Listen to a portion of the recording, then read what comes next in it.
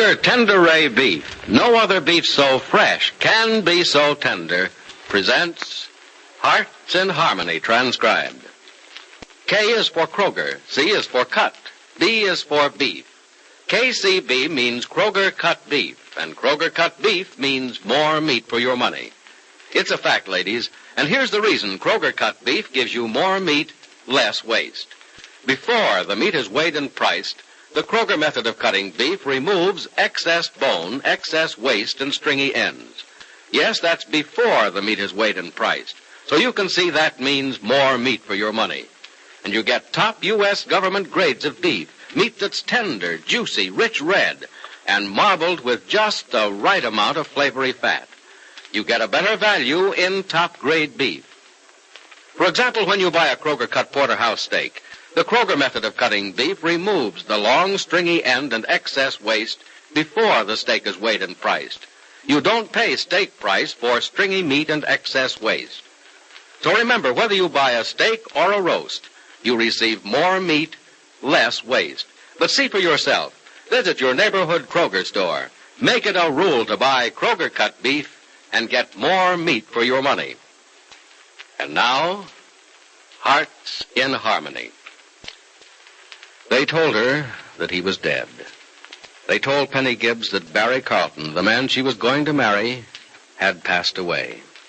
They told her as she lay in a hospital bed, recovering from injuries received in an automobile accident. They told her that Barry's injuries were fatal.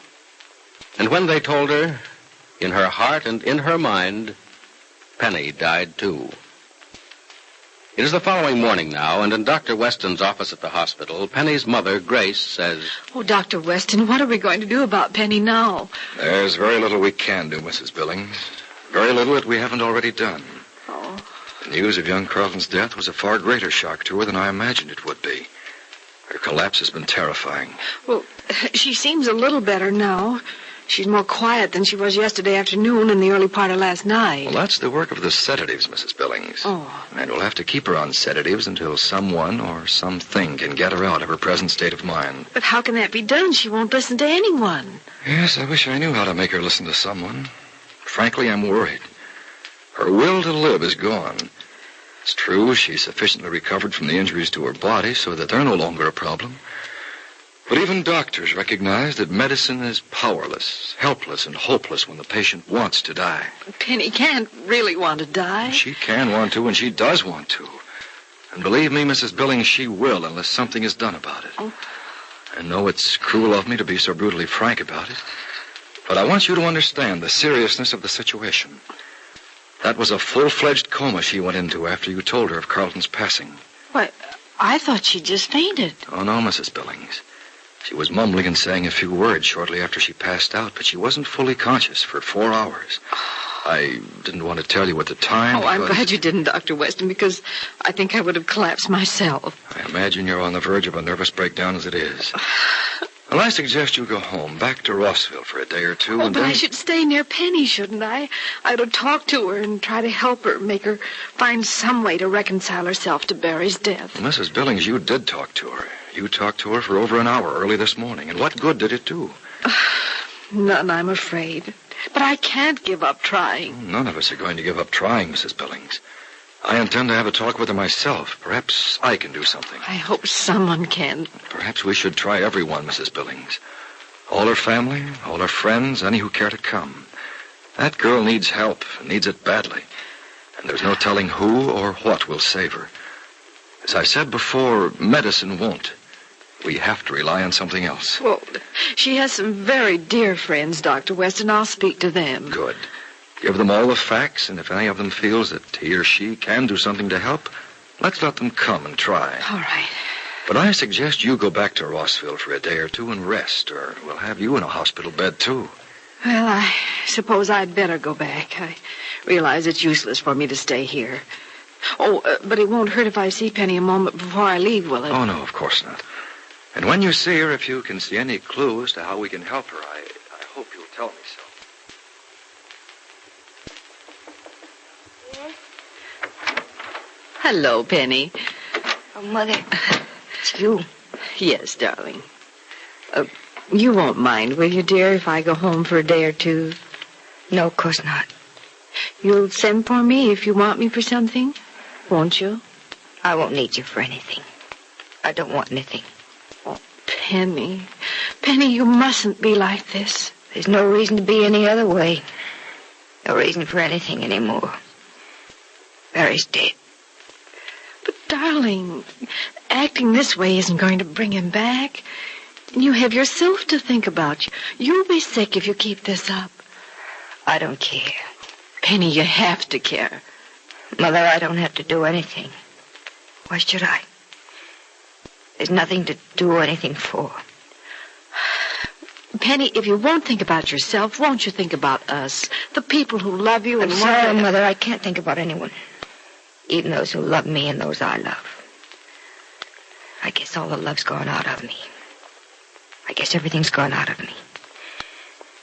And if it hasn't, I want it to. Penny, you must... Mother, don't talk to me about it anymore. I know how I feel. I know what I want, and I'll go home and get some rest. You need it. You have reason for it. I'm going home, and I'm going to get rest. But, darling, before Mother, leave me alone. I know you want to help me. I don't want to seem ungrateful, but I don't want help. I just want to die, that's all.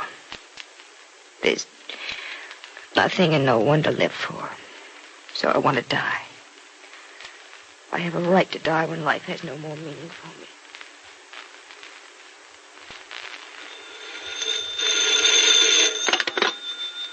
Chart room, Nurse Brill. Oh, Nurse Brill, you're just the one I want. This is Dr. Weston. Could you come into my office a minute?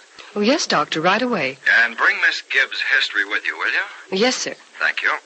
I'll be right in, sir. Let's see. A, B, C, D, E, G, G, A, G, I. Yeah, here it is.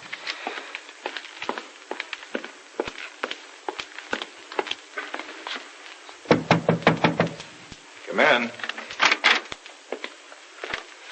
Here's the history for Miss Gibbs, Dr. Weston. Oh, fine. Let's have a look at it. The last entry is at 10 this morning. I was just about to go in and see her again when you called. Well, how was she when you last saw her? Anything but cheerful, Doctor, to say the least. She's running a rather high fever. It's been climbing steadily since midnight. Slowly but steadily, Dr. Weston. It might be an infection we haven't found. Or something to do with her eyes. She hasn't tried to read, has she? She has no interest in reading or anything else, Doctor. She just lies there and stares at the walls or up at the ceiling.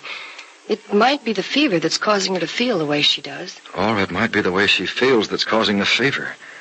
There's no medical precedent for it that I know of, but a state of mind may be the reason for her fever. Well, we have to bring it down, no matter what's causing it. It's getting dangerously high. I was hoping to be down this morning. Well, if it isn't down inconsiderably, give her 3 cc's of this. Yes, Doctor. And if the fever's up more than 0.2 of a degree, call me right away, will you? I'm worried about that girl. If this keeps up. I think that's been in your mouth long enough. Let's have a look at that thermometer and see how you're doing, Miss Gibbs. Doesn't matter, Angela. Oh, it doesn't, does it? Well, if you think it does. Good for you, Miss Gibbs. Your temperature hasn't gone up even 1/10 of a degree. Yeah, but we're going to make it go way down with this. Angela, I wish you wouldn't bother with medicine. Just what do you want me to do? Let you lie here and run a fever? I hadn't noticed I had one. Well, I'm not supposed to tell you do, but since we've become friends, I thought I'd let you in on a little secret. There, that didn't hurt a bit, did it? What didn't hurt? Maybe you're getting used to these things. I just gave you a hypodermic and you didn't even wince. I didn't feel it. I guess maybe I'll never feel anything anymore. Oh, yes, you will. Will I? Do you know how I feel? Exactly. I don't think you do. I did once, Miss Gibbs, when I got the telegram about Robert. Oh. That was a black day. Blacker than black, if there is such a thing. Robert and I were going to be married as soon as he got back from the war, but he never came back, and he's not ever coming back. I'm sorry, Angela, I forgot.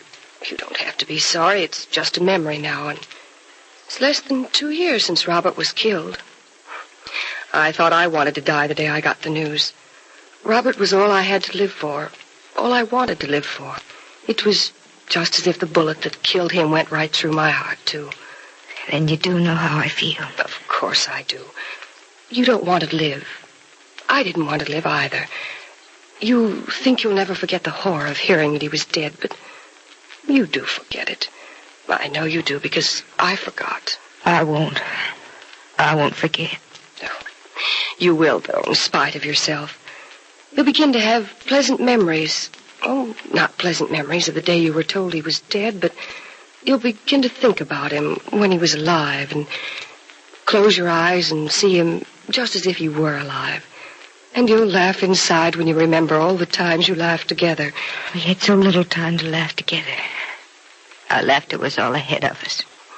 Memory is sometimes like a magnifying glass, Miss Gibbs. It enlarges the things we look back on in our minds, and all I think of now when I think of Robert are the good times we had together. The picnics, the movies, the parties with friends, and those lovely, all too brief evenings when there was just the two of us. Angela, an evening together isn't a life together. The evenings are all the life together that Robert and I ever had or ever will have, Miss Gibbs. I've lost him as completely as you've lost Mr. Carlton. Look, Angela, Barry had so much to live for. So did Robert. In fact, he was a doctor and a good one, and he died being one on a battlefield. Barry was just starting to become someone. So was Robert, really. He'd finished his internship only a few months before the Army called him. We should have been married before he went away, I know. He wanted us to be. And if I'd done what he wanted, this finger would not be so bare nor this heart so empty. Angela, I can't go on with an empty heart. My life seems at an end, and there's nothing anyone can do about it. Are the doctor's fears so well-founded that Penny Gibbs will die? Isn't there any way to make her find a meaning in life now that Barry is dead? Be sure to listen to the next dramatic episode of Hearts in Harmony. KCB. KCB. KCB means Kroger cut beef, and Kroger cut beef means more meat for your money. Yes, Kroger cut beef gives you more meat, less waste, because before the meat is weighed and priced, the Kroger method of cutting beef removes excess bone, excess waste, and stringy ends. In buying Kroger cut rib roast, for example, you don't pay rib roast price for excess bone and waste. The chine bone is trimmed, the waist and short rib end removed, giving you top U.S. government grades of beef that's tender, juicy, rich red, and marbled with just the right amount of flavory fat. And before the meat is weighed and priced, the Kroger method of cutting beef removes excess bone, waste, and stringy ends. Remember, whether you buy a steak or a roast, Kroger cut beef gives you more meat for your money.